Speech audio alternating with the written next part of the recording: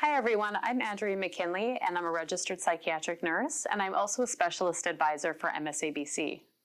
Today we're going to talk about mental health in the workplace. Mental illnesses are conditions where a person's mood and behaviors negatively impact their day-to-day functioning. These health problems can induce things like anxiety, depression, schizophrenia, and many others, as well as addictions. With the recent events of the COVID-19 pandemic, we are encouraged to think more deeply about the meaning of mental health, how our perceptions of mental health have changed, and consider the impacts it's having on our society today. When our mental health starts to deteriorate, it can be hard to enjoy life in the same way that we're used to.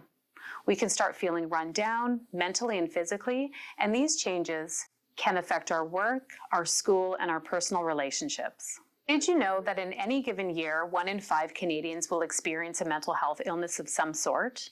Mental illnesses can affect people of any age, but they often appear in the teenage years or early adulthood. There are several types of mental illnesses, and they can range from single, short-lived episodes or chronic disorders.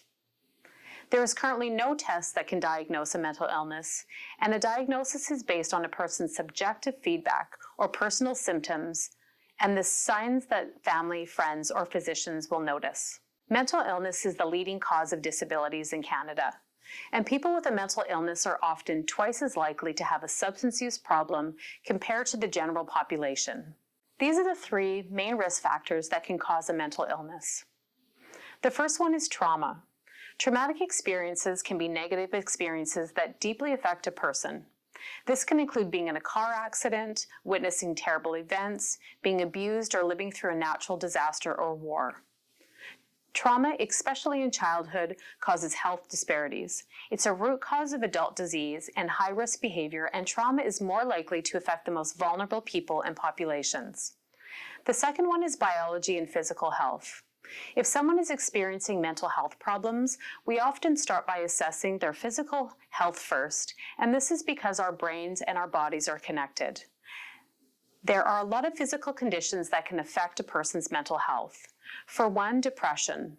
Depression can cause a person to become physically ill. People who are depressed are also 2 times more likely to have a stroke.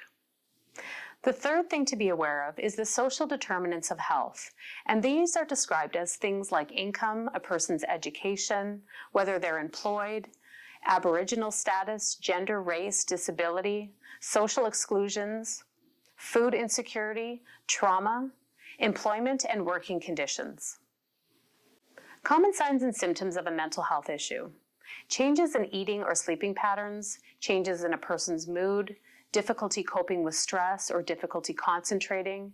They might have changes in their appearance or excessive fear, worries, and anxieties. People are also known to isolate and avoid other people. They can feel tired or have very low energy, difficulty managing responsibilities, and often excessive weight gain or weight loss are seen.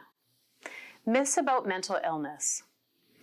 These are some of the common myths and facts about mental illness. Mental health problems can never be completely cured, and this is a myth. The fact is that with support, people with mental illness can heal and recover. People with mental illness are violent. That is also a myth. The fact is that people with mental illness are not more violent than anyone else. In fact, they are more likely to be the victims of violent crimes. And the third myth is only weak people can be mentally ill. The fact is that mental illness has nothing to do with being lazy or weak. Issues that contribute to a mental illness are their genetics, trauma, and things like physical illness. Fear and misunderstanding often lead to prejudice against people with mental illness, and it's one of the main reasons people don't consider it a real health issue. The prejudice and discrimination leads to the feelings of hopelessness and shame and can cause a serious barrier to diagnosis and treatment. Stigma has many different impacts on people with mental illness, including they will be less likely to seek treatment, they're often not employed or underemployed, discrimination in the workplace prevents them from reaching their full professional and personal potential, and they have a diminished self-worth, increased isolation, and hopelessness. So what can we do to reduce stigma in the workplace today?